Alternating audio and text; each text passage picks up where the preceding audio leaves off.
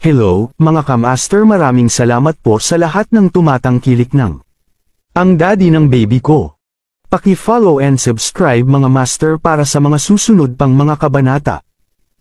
Ang daddy ng baby ko. Kabanata 651. Sa sandaling iyon, narinig ni Sofia, na nagkataong bumalik mula sa hapunan, ang pagtunog ng telepono sa sala at sinagot ito. Hello, sino ang nasa linya, please? Ako ito, Sofia. Hindi ka ba sasama? Nag-aalalang tanong ni Jacob. Pasensya na, Jacob. Hindi ako makakapunta sa event. Magsaya ka. Napangiti siya sa kahihiyan. Oh halika. Inaabangan ko ang iyong pagdating. Sa totoo lang, kanina pa kita hinihintay. I'm flattered to hear that, Jacob, pero please wag mo na akong hintayin. Huwag kalimutang magsaya, sagot niya. Sofia, pwede ba tayong mag-almusal bukas ng umaga? Aalis ako bukas, at hindi ko alam kung kailan ulit tayo magkikita. Pwede ba natin pag-usapan yan bukas? Dismayado si Sofia sa kanyang masikip na schedule. Matapos ibaba ang tawag kay Jacob, ibinalik niya ang telepono sa duyan at nagpakawalan ng buntong hininga. Mukhang hindi na makapaghintay na mag-cruise sa dagat. Isang malalim na boses ng lalaki ang biglang narinig mula sa likuran ng babae. Agad namang lumingon ang isang nagulat na si Sofia at nakita niya si Arthur na naglalakad papasok. Mabilis niyang itinago ang kanyang emosyon at sumagot, not really. Pagod nga pala ako, kaya aakyat na ako sa taas at magpahinga. Pagkarating niya sa hagdan ay muli niyang narinig ang boses ng lalaki mula sa kanyang likuran. Magkita tayo sa pintuan sa loob ng 10 minuto. Habang nasa handrail ang kamay niya, lumingon siya at nagtanong, saan tayo pupunta? Isang night cruise. Napakagatlabi ang lalaki bilang tugon. Naningkit ang mga mata ni Sofia nang marinig iyon. Napasigaw siya sa gulat at excitement. Teka, sa totoo lang, pwede rin akong sumama. Sa sumunod na segundo, nagmamadali siyang umakyat, iniisip kung dapat niyang palitan ang kanyang damit para sa okasyon. Napagtanto lamang na walang sapat na oras para gawin niya iyon. Kaya naman inayos lang niya ng konti ang makeup niya bago siya bumaba. Samantala, nakaupo si Arthur sa sopa habang hinihintay si Sofia, kung saan pareho silang sumakay sa kotse at nagtungo sa pantalan. Habang sila ay nasa daan, ang kanyang isip ay puno ng mga larawan ng magagandang tanawin ng dagat na kanyang hinahangaan sa paglalakbay. Pagkatapos ng lahat, hindi siya sumakay sa isang cruise sa gabi, na pinaniniwalaan niyang magiging masaya. Isa pa, mas magiging masaya siya kung maraming tao dahil gusto niya ang buhay na kapaligiran na puno ng high energy. Pagdating nila, sinalubong ang dalawa ng isang napakalaking marangyang pribadong yate na nakadaong sa maliwanag na pantalan. Bumaba si Sofia sa kotse at naglakad papunta sa yate sa likod ni Arthur, habang nakakaramdam ng kaunting pagkalito nang makita ang tiwangwang na lugar. Hindi ba dapat maraming tao ang mag-cruise sa atin? Bakit ang tahimik? Nasaan ang lahat? Sa sumunod na sandali, natigilan siya nang pumasok siya sa mukhang engranding cabin ng yate. Oh Diyos ko, ito ay ganap na maluho. Ang mga disenyo ay talagang karapat-dapat sa isang 7-star na rating. Napakaganda nito. Akala ko maraming tao. Bakit walang iba? Naguguluhang tanong ni Sofia. Malumanay na sagot ni Arthur, wala na sila. Nagsalubong ang kilay niya at nagtanong, anong meron?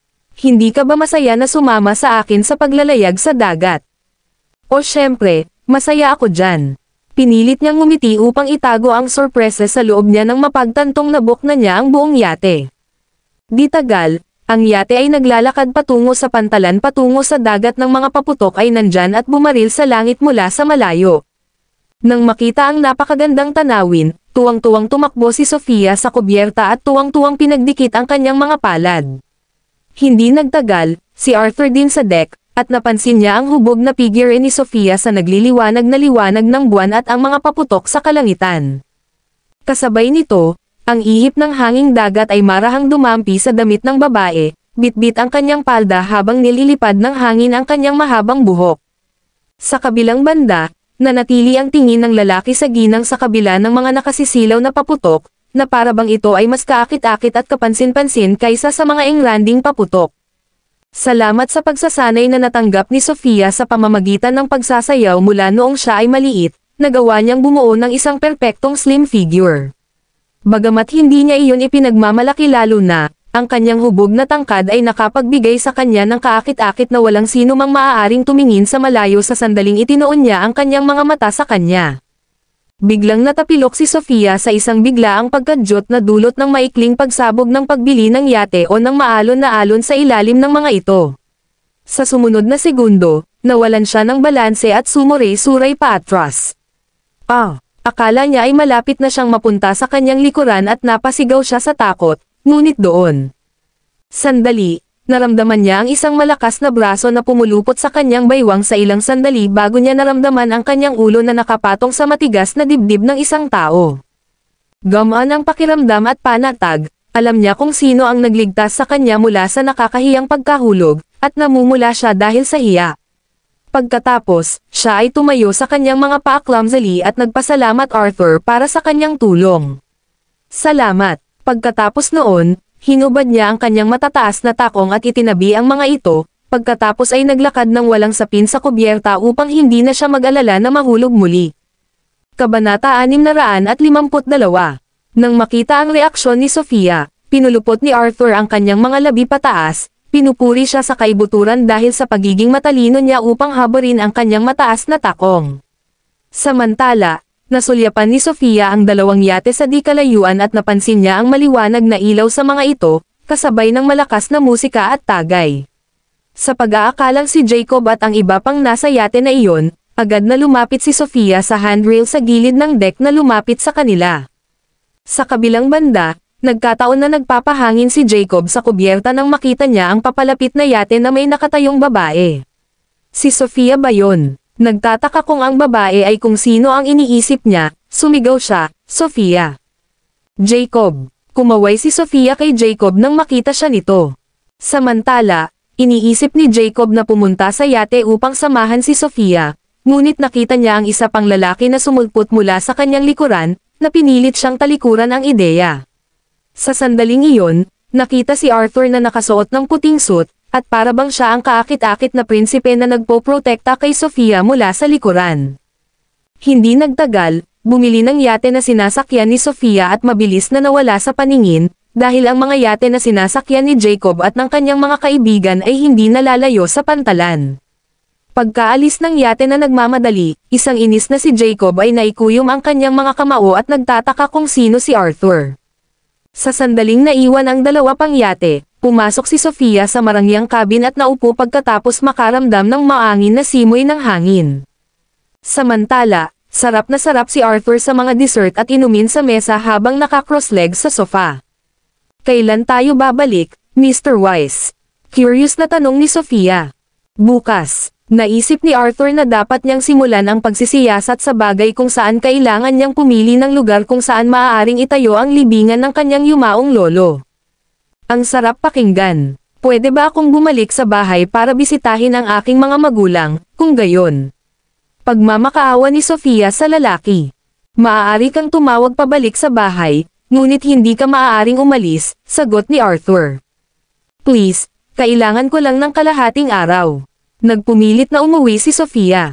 Simula ngayon, tuturuan na kita kung paano maging qualified maid, Sofia. Hanggat hindi ako nasiyahan sa iyong pagganap, hindi ka papayagang pumunta kahit saan. Nakayuko si Arthur sa kanyang baba, ang kanyang mga mata ay puno ng kawalang interes at kawalang interes. Natigilan si Sofia dahil hindi niya akalain na ganito pala ang sasabihin ng lalaki sa kanya. Kung tutusin, akala niya ang dahilan kung bakit siya isinama nito para mag-cruise sa dagat ay dahil medyo nanlambot ito sa kanya. Ganoon ba talaga kahalaga sa iyo ang hinahanap ko kanina? Tanong ng ginang. Iyon ang nag-iisang heirloom na ipinasa sa akin sa mga henerasyon sa aking pamilya. Napapikit si Arthur, nagngangalit ang mga ngipin.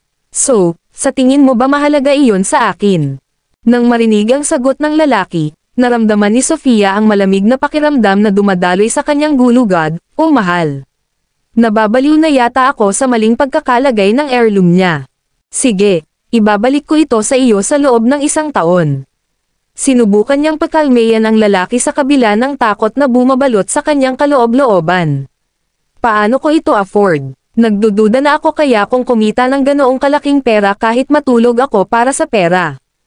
Bigla siyang nanginginig mula ulo hanggang paa nang umihip ang malamig na simoy ng dagat sa gitna ng malamig na panahon sa gabi.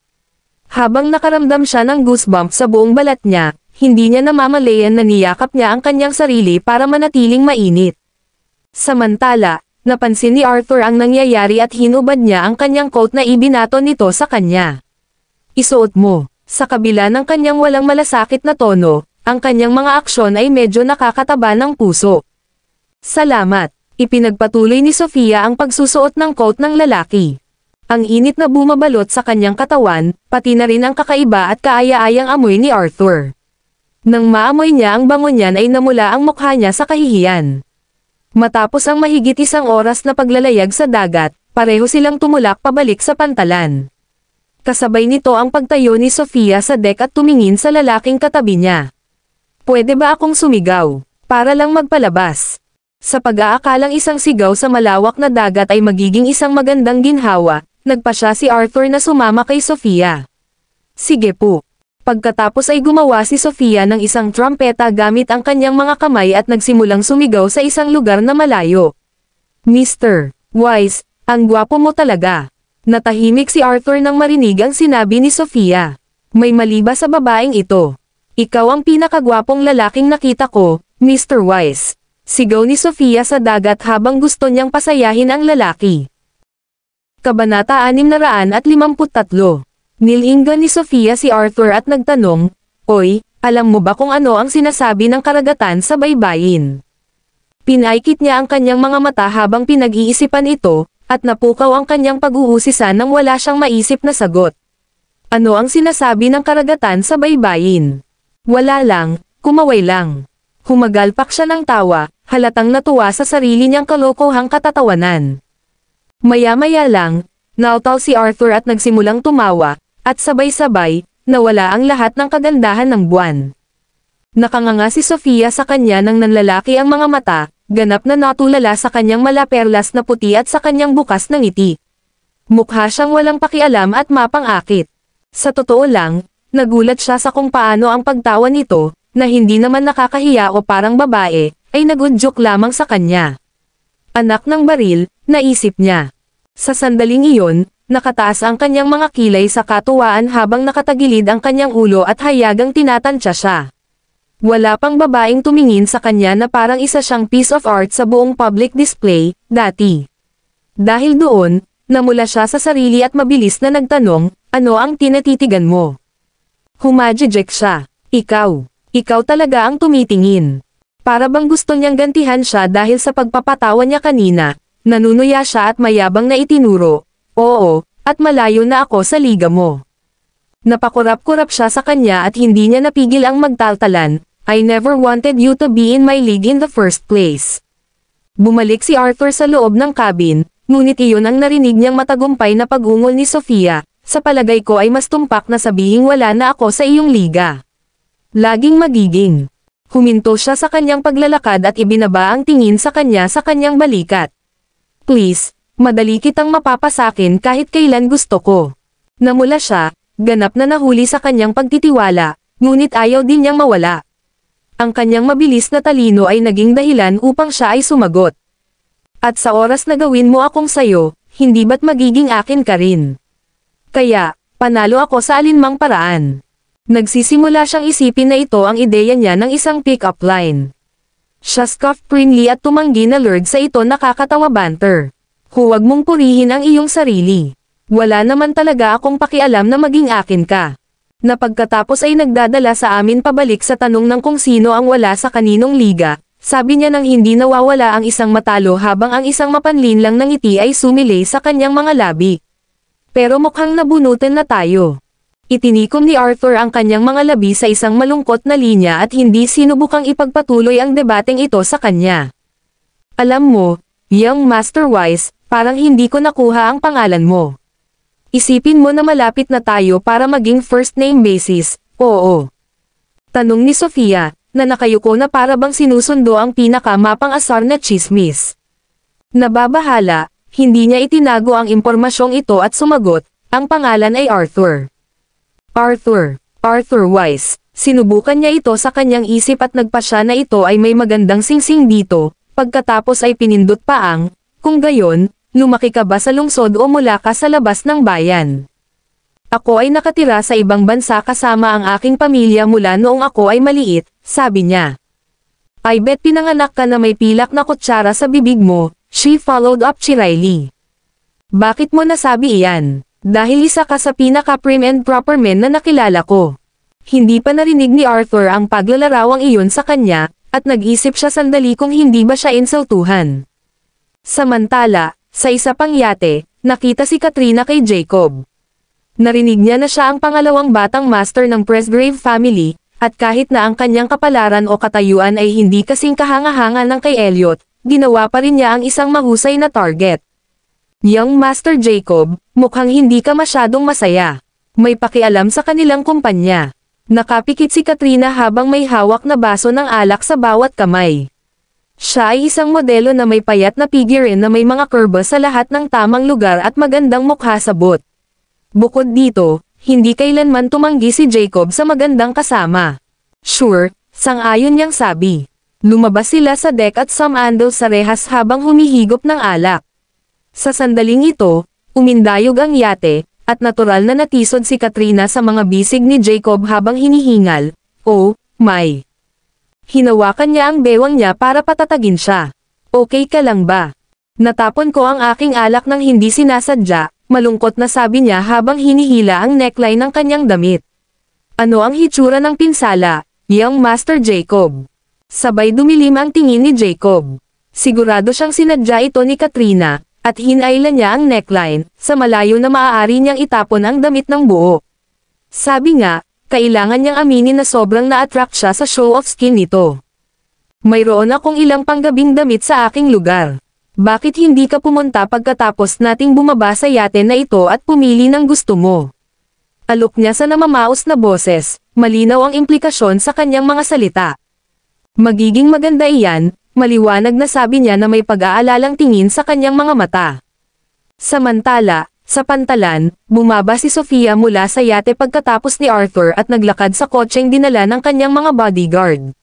Sa biyahe pabalik lang sa villa ay napagtanto nilang lampas na ng hating gabi. Pagdating sa villa, sa sobrang pagod ay naligo siya at humiga sa kama. Habang siya ay natutulog, siya ay naghagis at lumingon sa kanyang kama sa master bedroom. Hindi siya isang taong mapuyat, ngunit sa ilang kadahilanan, hindi siya nakatulog. Ang mga larawan ng handang ngiti ni Sofia mula ngayong gabi ay sumagi sa kanyang isipan, at napag-isipan niya ang kanyang sarili kung paano niya ito pinagtatawanan ng hayagan at ang paraan ng pagngiti nito sa kanya nang walang pagkukunwari.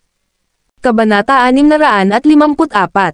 Mula nang tumanda si Arthur, hindi na mabilang ang mga babae na lumalapit sa kanya ng may lihim na motibo, ngunit iba si Sofia. Siya ay nakakapreskong matapang at mapurol. Napakamuwang niya na ang masaktan siya ay isang bagay na hindi niya naisip na katakutan. At the same time, inisip niya kung isa lang talaga itong magaling na artista, na gumamit lang ng ibang paraan para mapalapit sa kanya at maakit siya pagkatapos. Kung iyon ang kaso, dapat ay nakita na niya ang mga bitek sa kanyang pagpapanggap sa ngayon, ngunit hindi niya nakita. Sanay lang ba talaga siya, o siya ba ang tunay niyang pagkatao? Sa isa pang villa, gising si Mason at naghihintay sa pagbabalik ng kanyang kapatid.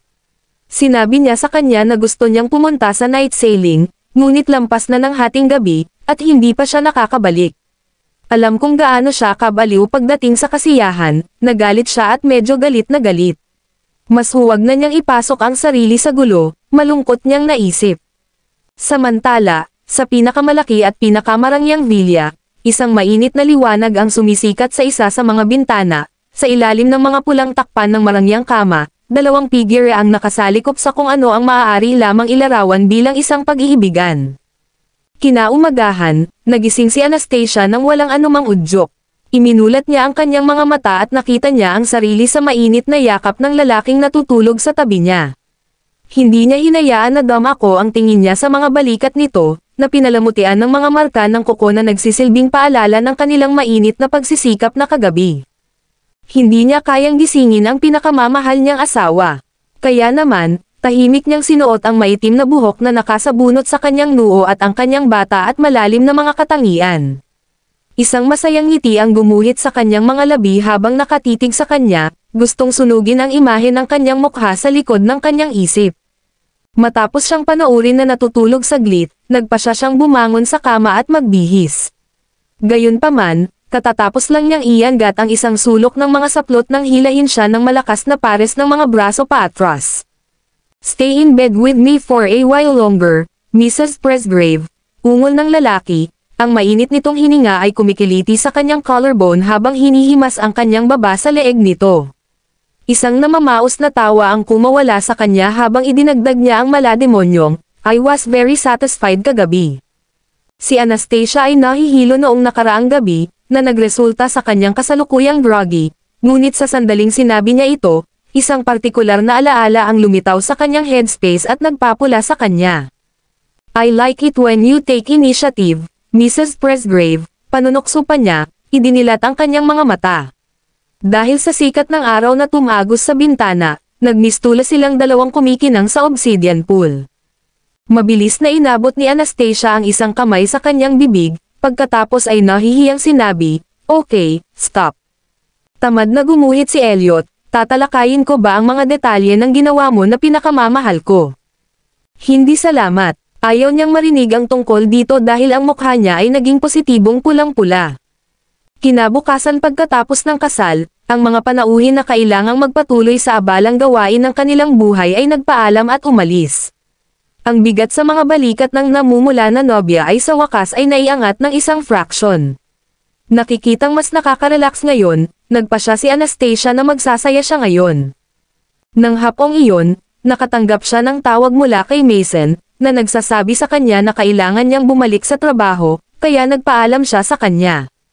Si Katrina naman ay nagising na sa higa ni Jacob. Siya ay tulad ng isang pusa na kumain ng kaninong, at siya ay higit na nasisiyahan na siya ay naging kanyang bagong biktima. Sa Villa No. 58, nagpa siya si Arthur na umalis din, at noong hapong iyon, binigyan niya ng pansin si Elliot habang bumaba sa isla. Para naman kay Sofia, tumayo siya sa deck ng papaalis na yate at pinanood ang street, ng puting baybayin ay tumubo sa isang batik. Naisip niya kung paano niya naipit si Arthur sa buhangin sa huling pagkakataon, at ang mga sulok ng kanyang mga labi ay tumaas sa isang pilyong ngisi. Lumingon siya at sinulyapan ang lalaki na ang silweta ay nagniningning ng kakisigan, pinipigilan ang pagnanais na tumawa habang iniisip kung gaano kadalas na makita itong ganap na nahuli tulad ng nangyari noong gabing iyon. Kabilang sa mga umalis na panauhin sa kasal ay ang kamag-anak ni Presgraves, at ang mga nanatili ay ang mga babae sa pamilya. Si Lorelai, sa partikular, ay hindi mukhang malapit na siyang umalis. Nang gabing iyon, tinipon ni Harriet ang lahat ng babae sa isang dining area at inilagay ang mga lalaki sa isa pa upang ang hapunan ay magiging mas matalik na relasyon. Si Lorelai ay nakaupo sa tabi ni Anastasia, at nang makita niya si Jared, buong puso niyang pinuri, "Bueno, hindi ba ikaw lang ang pinakakaibig-ibig na batang lalaki na nakita ko?" "Hello, Tita Lorelai," matamis na bati ni Jared. "So, ano ang gusto mong maging paglaki mo, Jared?" Tanong ni Lorelai, nakipag-usap sa bata. "I wanna be as great as Daddy," sagot ni Jared nang hindi man lang nag-iisip. Isang napakatalino na panaginip. Pagkatapos, lumingon ang maliit na bata sa kanyang ina at sinabing, "Pagkatapos nito, ikakasal ako sa isang kasing ganda ni Mommy." Anastasia sputtered sa kanyang childish humor at sinabi, "Sa palagay ko dapat akong maging hinalinhan, naayos mo na ang bahaging iyon ng iyong buhay." Tumawa si Lorelai at itinuro. "Ang mga bata ay may napakagandang kawalang muwang tungkol sa kanila, sa tingin mo ba?" Nang marinig ang lahat ng ito, buong pagmamahal na napangiti at pinasigla ni Harriet, "Inaasahan kong makita kayong lumaki, Jared." "Siya nga pala, Mrs. Presgrave, narinig ko na may husay ka sa disenyo ng alahas, at iniisip ko kung matutulungan mo akong tingnan ang ilan sa aking mga sketch," masiglang sabi ni Lorelai habang binibigyan niya si Anastasia ng isang umaasam na tingin.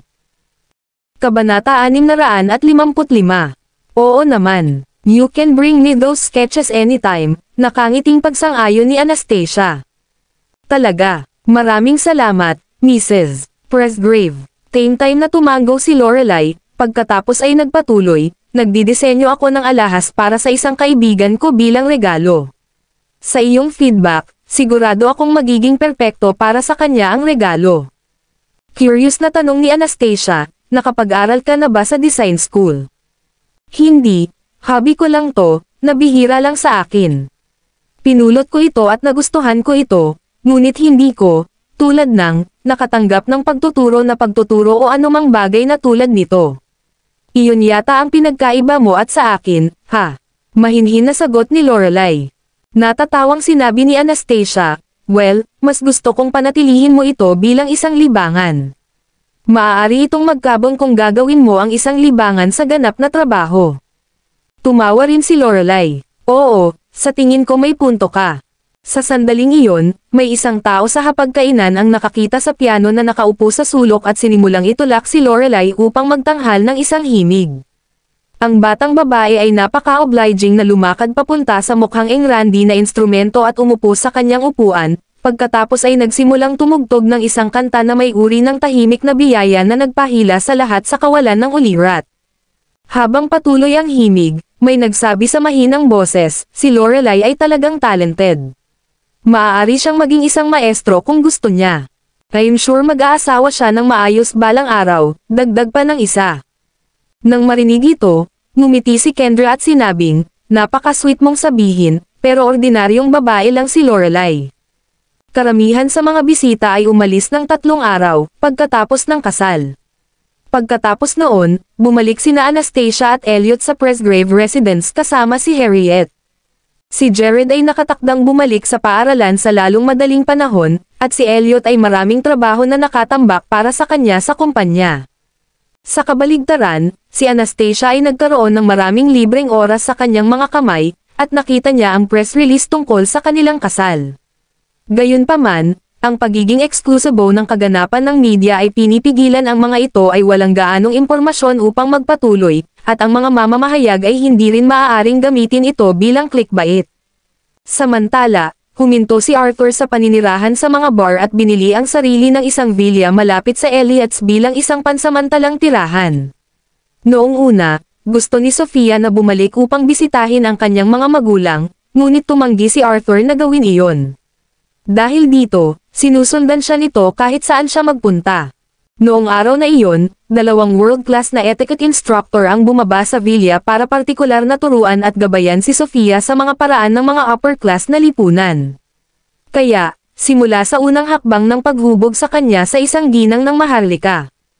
Aminado namang nadismaya si Sofia dito. Nagtataka siya kung bakit ipinagmamalaki ni Arthur ang mga bagay na hindi kailangan dahil naisip niya na mas makabubuti para sa lahat kung mananatili siyang walang pakialam gaya ng dati, hindi napipigilan ng mga alituntunin ng maayos na lipunan.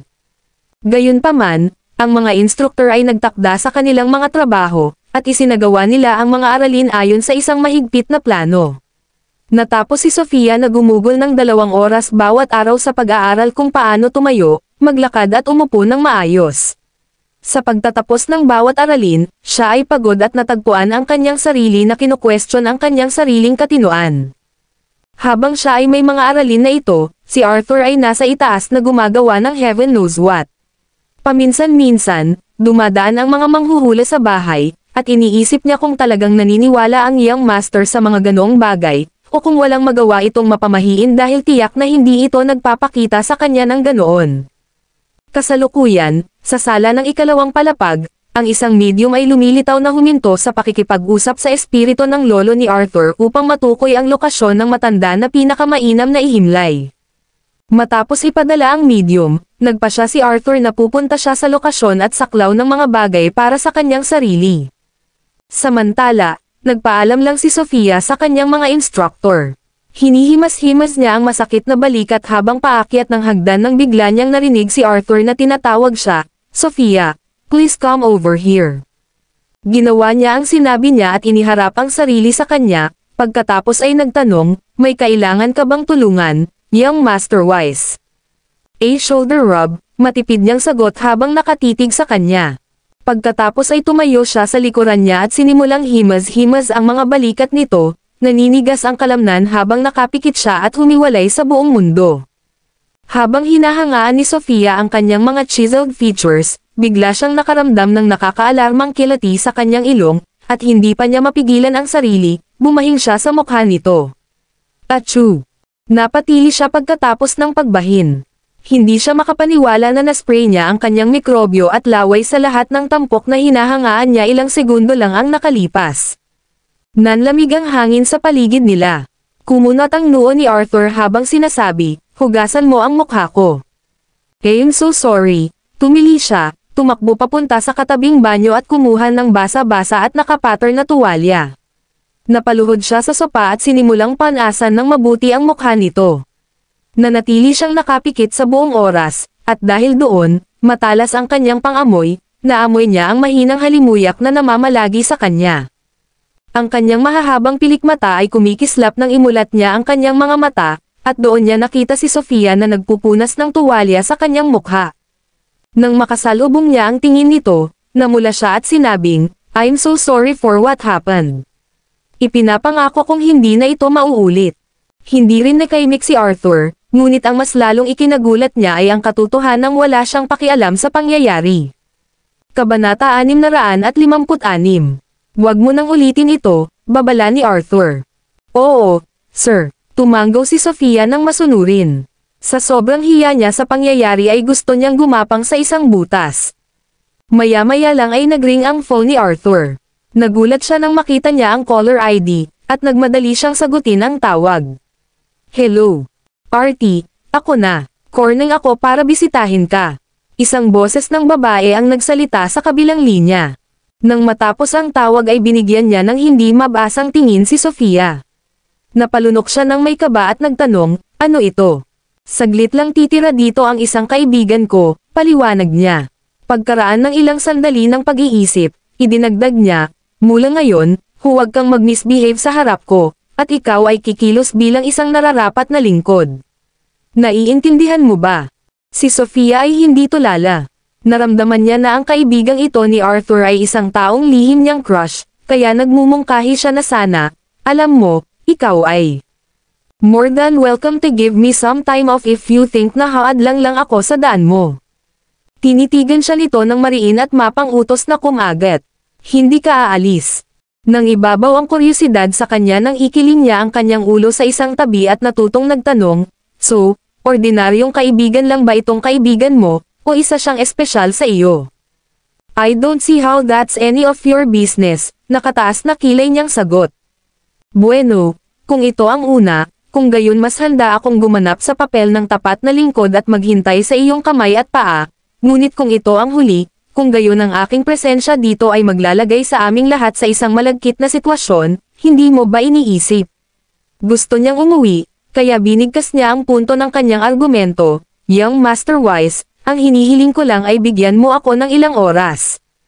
Ang maitim niyang mga mata ay parang isang mabagsik na karagatan.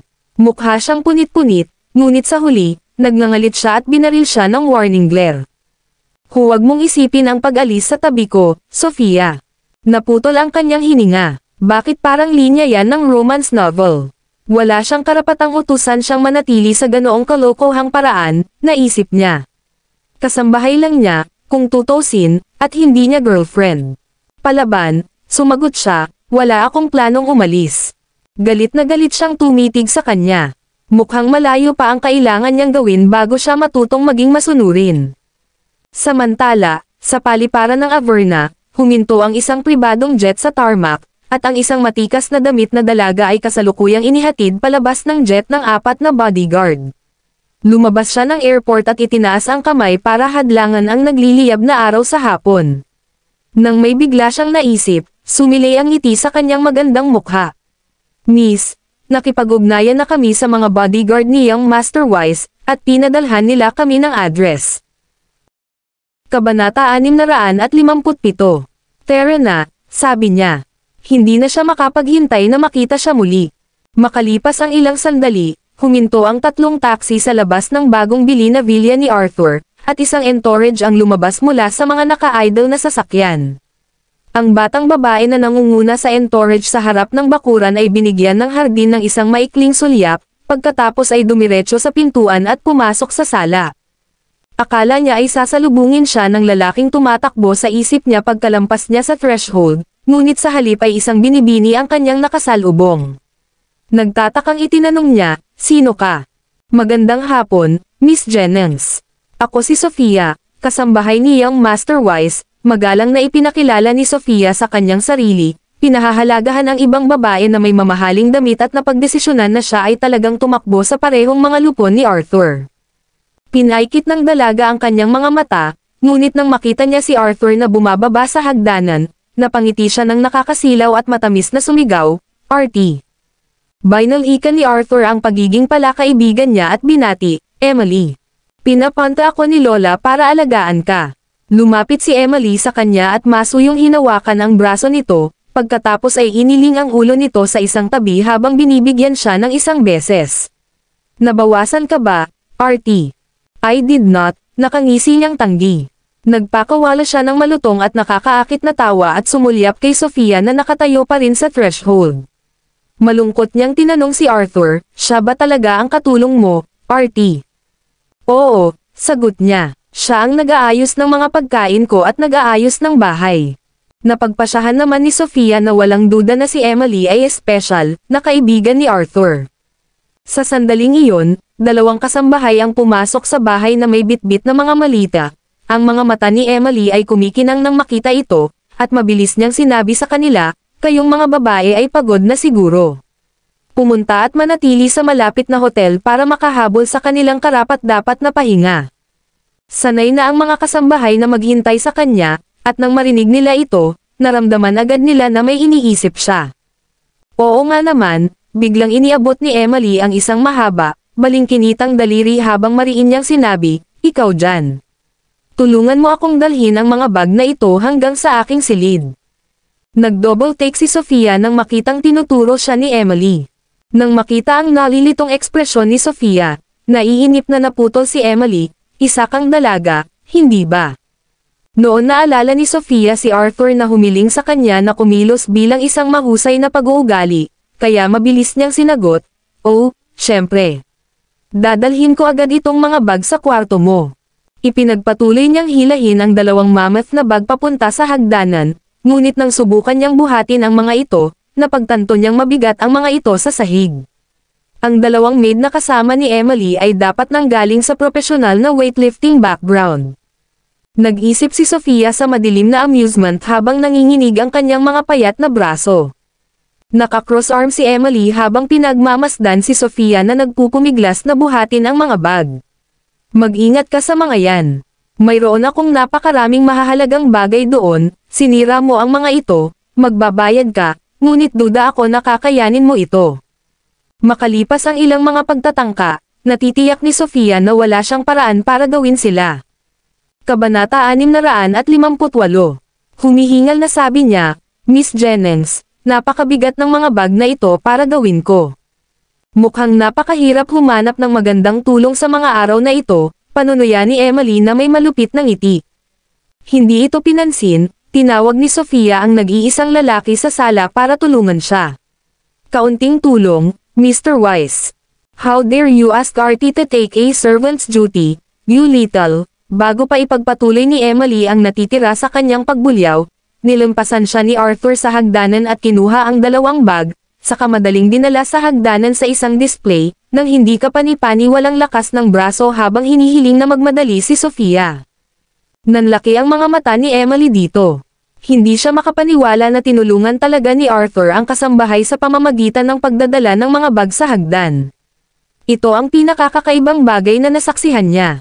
Pinag-uusapan natin ang young master ng isang prestihiyosong pamilya, for heaven's sake. Umakyat din siya sa hagdan, at laking gulat niya, dinala niya ang mga bag sa guest room sa halip na iwan ang mga ito sa landing sa ikalawang palapag. Hindi rin inaasahan ni Sofia na dadalhin din ni Arthur ang mga bag sa itinalagang silid ni Emily, at nang makarating siya sa tuktok ng hagdan, mabilis niyang sinabi, "Salamat, young Master Wise." "Hindi mo dapat, Artie," pagsingit ni Emily, pagkatapos ay hinawakan ang kanyang kamay upang siyasatin ang kanyang palad na may masakit na ekspresyon. "Hihingi sana ako ng tulong sa mga bodyguard, alam mo. Tingnan mo ang pula ng palad mo." Lumapit si Sofia para silipin din ang palad niya, and sure enough, namumula ang balat. Ang mga bagay may pinagsamang timbang na higit sa 100 pounds, pagkatapos ng lahat. Ayos lang, mahinang sabi ni Arthur habang hinihila si Emily. How useless you can be. Hindi ako makapaniwala na pinapagawa sa iyo ng iyong Panginoon ang iyong trabaho, natanggal ka. Umalis ka sa aming pasyalan. Emily barked commandingly at Sofia, terminating her services right there and then. Napakurap-kurap si Sofia, saka tumitingin ang mga mata niya habang nagtatanong. Talaga, pwede na ba akong pumunta? Sinong nagsabing kaya mo? Kung sakaling nakalimutan mo, binigyan kita ng 1 taon na advancement sa iyong sahod, biglang dugtong ni Arthur, na kumikinang sa kanya. Hinanap niya ang mukha nito para humingi ng paliwanag. Para bang makakalimutan niya ang pagtanggap ng sahod mula sa kanya. Mabilis niyang naunawaan ang sitwasyon at napagtanto na ang lalaking ito ay determinado ngunit nananatili siya dito. Kasabay ng kanyang pagkilos, sinabi niya, naniniwala ako na ikaw ang nakakalimutan ng mga bagay dito, young Master Wise. Tandaan kung paano mo sinabi na babayaran mo ako sa huling pagkakataon at pagkatapos ay may dumating na madaling makagambala sa iyo mula dito. Well, with all due respect, kailangan mong ubusin ang 240 grand na ipinangako mo na 20 grand para sa bawat buwan ng kalendaryo na utang mo sa akin. Nanunuya si Arthur, natulala sa kanyang kapangahasan. Hindi mo talaga babalikan ang iyong salita, ikaw ba, young Master Wise? Wala akong 1 buwang sweldo ngayon. Dagdag niya, nagkukunwaring panik. Kabanata 659. Walang kamalay-malay sa kung ano ang nangyayari. Napabuntong hininga si Emily at nang uuyam na sinabi, ang kayamanan ni RT ay higit pa sa anumang may isip mo, kaya't hindi niya babalikan ang kanyang pangako na bayaran ka sa maliit na bagay, halaga na hinihiling mo. Huwag mong lokohin ang sarili mo. Sinamantala ni Sofia ang pagkakataong ito, same time na tumango si Sofia at sinabing may implikasyon. Iyon din ang iniisip ko. Alam kong ang isang Ginoo ng maharlika na tulad niya ay hindi kailanman babalik sa kanyang pangako o pagmamalte ito sa kanyang mga tauhan. Tama, young Master Wise. Pagkatapos, binigyan niya ito ng isang makahulugang ngiti habang idinagdag niya ng maliwanag, kung makakatulong ito, magagawa mo ito palagi sa PayPal. Nawalan ng masabi ang lalaki. Biglang napagtanto ni Emily na ang kanyang presensya ay ganap na natatabunan ng katulong, at siya ay lumaki sa galit habang siya ay pamitik. Okay, fine, babayaran ka niya sa utang niya, kaya bumalik ka na sa trabaho. Gusto ko ang lahat ng damit sa mga bag na ito ay planchado at isinabot sa wardrobe, at ang ibig kong sabihin ay bawat piraso ng damit, nakuha mo ba? Kung kulubat lang ang nakikita ko, tapos ka na. Binigyang diin niya ang huling bahagi ng kanyang utos at nagwiwisik din ng mali siya sa ibabaw nito. Ang password para sa mga bag ay 2,345. Pagkasabi noon, nakipag-ugnayan siya kay Arthur at masayang sinabi, halika, Artie, iwan na natin siya sa kanyang trabaho. Abangan natin ang lahat ng pinakabagong detalye ng iyong buhay. Nakahinga ng maluwag si Sofia nang tuluyang lumabas ng silid sina Emily at Arthur, ngunit hindi niya maiwasang magtaka kung bakit ganoon na lamang ang intensyon ng huli na nananatili siya rito. Bumantong hininga, binuksan niya ang isa sa mga bag para lamang huminto at titigan ang laman ng buong 3 segundo. Pagkatapos, kinuha niya ang black lace negligee mula sa pinakaitaas ng tambak ng mga damit. Ang tela, o sa halip ang kakulangan nito, natigilan siya. Baka nakahubad din si Miss Jennings dito. Kanino niya isusuot ito? Arthur, may fetish ba siya sa mga ganitong bagay? Nang ipagpatuloy niya ang pagplansa ng kadudad ang wardrobe ni Emily, nagsimulang magpanik si Sofia, dahil alam niya ang katotohanan na wala siyang ideya kung paano mag-opera ng mga halaman ng damit. Pinalaki siya ng kanyang mga magulang na parang isang prinsesa sa buong buhay niya, at ni minsan ay hindi niya hinayaan na lumapit sa mga gawaing bahay, lalo na ang mga ito. Gayunpaman, siya raw ang kasambahay ni Arthur ngayon, at wala siyang ibang pagpipilian kundi ang mag-hunker down sa mga mababang gawaing ito sa bahay, na hindi masyadong mababa sa kanya kundi mga hamon. Sa ibaba, mukhang nag-ambala si Arthur habang nakikinig kay Emily na nagbubulungan tungkol sa pinakabagong detalye ng kanyang walang alinlangang jet setting na pamumuhay. Natigil siya sa pagsasalita nang mapansin niyang tila milya-milya ang layo nito, pagkatapos ay malungkot na nagtanong, nakakaistorbo ba sa iyo ang presensya ko rito, RT? Kabanata 660. Hindi, syempre hindi, tiningnan siya nito ng singkit na mga mata. Alam na alam niya kung bakit pinapunta dito ni Martha si Emily. Sa pagkakakilala sa matandang babae, malamang na siya ay naglalaro ng matchmaker, at ito lang ang paraan niya para iset up siya kay Emily. Kung ganoon, bakit parang hindi ka masaya na makita ako? Inakusahan ni Emily, napakagatlabi. Masaya akong makita ka, may iniisip lang akong iba, yun lang. Nasabi lang niya ito nang may malakas na sigaw mula sa ikalawang palapag. Ay, sa sumunod na segundo, bumangon si Arthur mula sa sopa at umakyat sa hagdan kasama si Emily sa kanyang gising.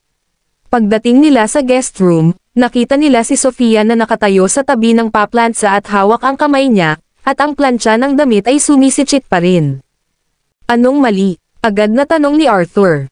Inabot niya ang kamay niya at agad niyang nakita ang pulang guhit sa palad niya.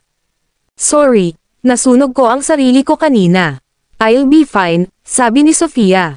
Siya ay likas na sumigaw sa pagkaalarma nang mahawakan niya ang mainit na bakal, ngunit hindi niya akalain na iguguhit niya ang mag-asawa sa itaas. Gusto niyang humiwalay kay Arthur, ngunit hinigpitan nito ang pagkakahawak sa kanya at dinala siya sa banyo, pagkatapos ay binuksan ang gripo para patakbuhin ang kanyang pula, galit na palad sa ilalim ng malamig na tubig. Habang ginagawa iyon, binatukan niya, dapat palagi kang magpapansin kapag namamalanse ka.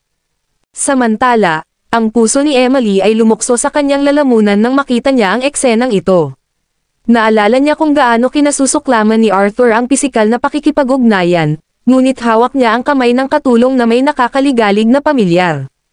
Lumapit si Sofia sa kanya at mamulong bilang sagot, hindi ko kasalanan na hindi ako pinaplanse kahit ano. Alam ni Arthur na siya ay pinalaki bilang isang binibini ng maharlika, kaya hindi niya ipinagpatuloy ang panunumbat sa kanya. Matapos patayin ang tubig sa gripo at patuyuan ang kanyang kamay, sabay silang lumabas ng banyo. Pagkatapos, sinulyapan niya si Emily at sinabing, paplantsahin mo ang mga kasambahay mo, Emily. Natatakot ako na medyo masyadong clumsy si Sofia para sa kanyang kapakanan. Kung siya ay napaka-clumsy, bakit hindi mo na lang siya tanggalin? Minamaliit ni Emily si Sofia at idinagdag, hindi namin mababayaran ang isang taong hindi gumagawa ng kanilang trabaho ng maayos. Magsisinungaling si Sofia para sabihing hindi siya ininsulto. Arthur, however, defended her, hindi bale. Nasanay na ako nakasama siya para dalhan ako ng tsaa at iba pa, para manatili siya. Muli, nagulat si Sofia sa kung gaano siya determinado na manatili siya dito. Whatever, napagod ako sa biyahe at sa sasakyan dito, kaya itimpla mo ako ng kape, galit na utos niya kay Sofia. Patunayan ang iyong sarili na maging kapaki-pakinabang, bakit hindi mo? Maraming salamat mga kamaster sa walang sawang pagsusubaybay, isang like, share, and subscribe naman dyan mga kamaster. Abangan ang susunod pang mga kabanata.